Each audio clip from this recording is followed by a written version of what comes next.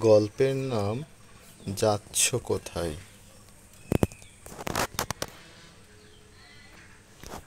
সকাল হয়েছে, বনে পাখি ডাকছে। অ একা একা হাঁটছে। আ গাছের ডালে বসে গুনগুন করে গান গাইছে। হঠাৎ গান থামিয়ে গাছ থেকে নেমে এলো। এর কাঁধে হাত রেখে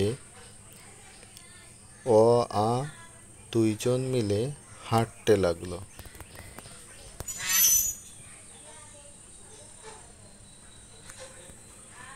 এমন সময় এলো দুই বন্ধু, হ্রস্ব ই আর দীর্ঘ ই। দুইজন হাঁপাতে হাঁপাতে বলল, তোমরা এখানে? তোমাদেরই খুঁজছি, চলো চলো। বলল, যাচ্ছ কোথায়? হ্রস্ব ই বলল, আগে চলো, তারপর বলি।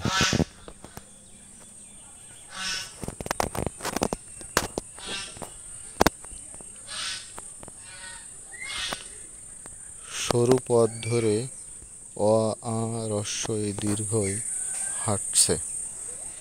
একটু দূরে লিচু গাছের ডালে বসে দোল খাচ্ছে হ্রস্ব উ আর দীর্ঘ উ।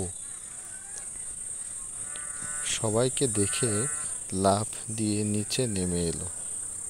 বলল, তোমরা সবাই যাচ্ছ কোথায়?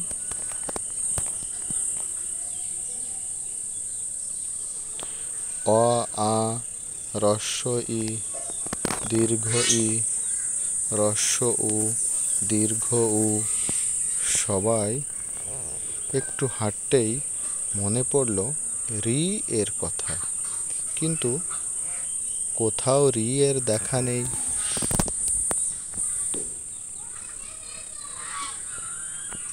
কিছু দূর যেতেই দেখে রি, এ আর ওই তিনজন মিলে সুপারি গাছের নিচে গল্প করছে।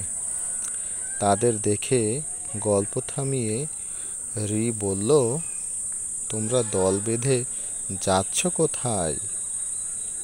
দীর্ঘও বলল, তোমরাও ভুলে গেছো, আগে চলো, তারপর বলি।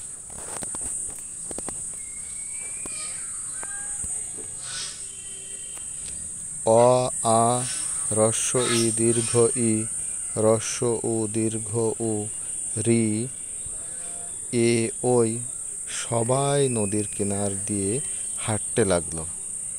নদীর ওপারে কাশবন, কাশবনের পাশে এক বটগাছ। বটগাছের নিচে বসে আছে বনের পশু পাখিরা।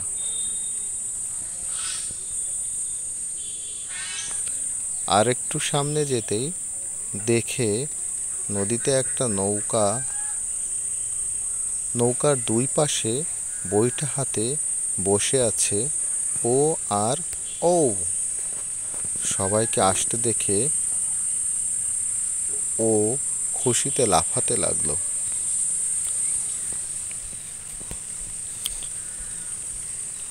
ও সবাইকে নৌকায় উঠতে বলল।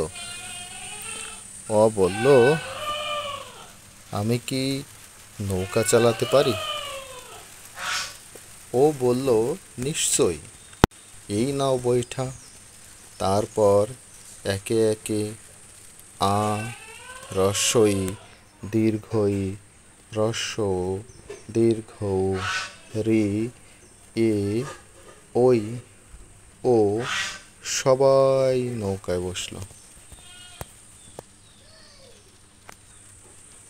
ও বেশ ভারী গলায় বলল, আজ এই স্বরবর্ণ বনে প্রথম স্কুল শুরু হতে যাচ্ছে।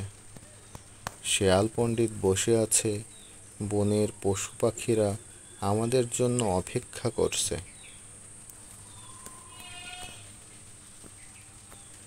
সবাই স্কুলের কাছাকাছি পৌঁছে গেল। সুরে সুরে ওরা বলতে লাগলো, চলো চলো, আর নয় দেরি, স্কুলে যেতে হবে তাড়াতাড়ি।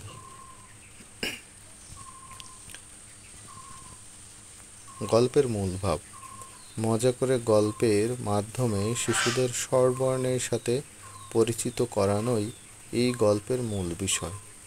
ভাষার বিকাশের পাশাপাশি মিলেমিশে থাকা এবং সামাজিক ও আবেগিক বিকাশে গল্পটি বিশেষভাবে সহায়তা করবে।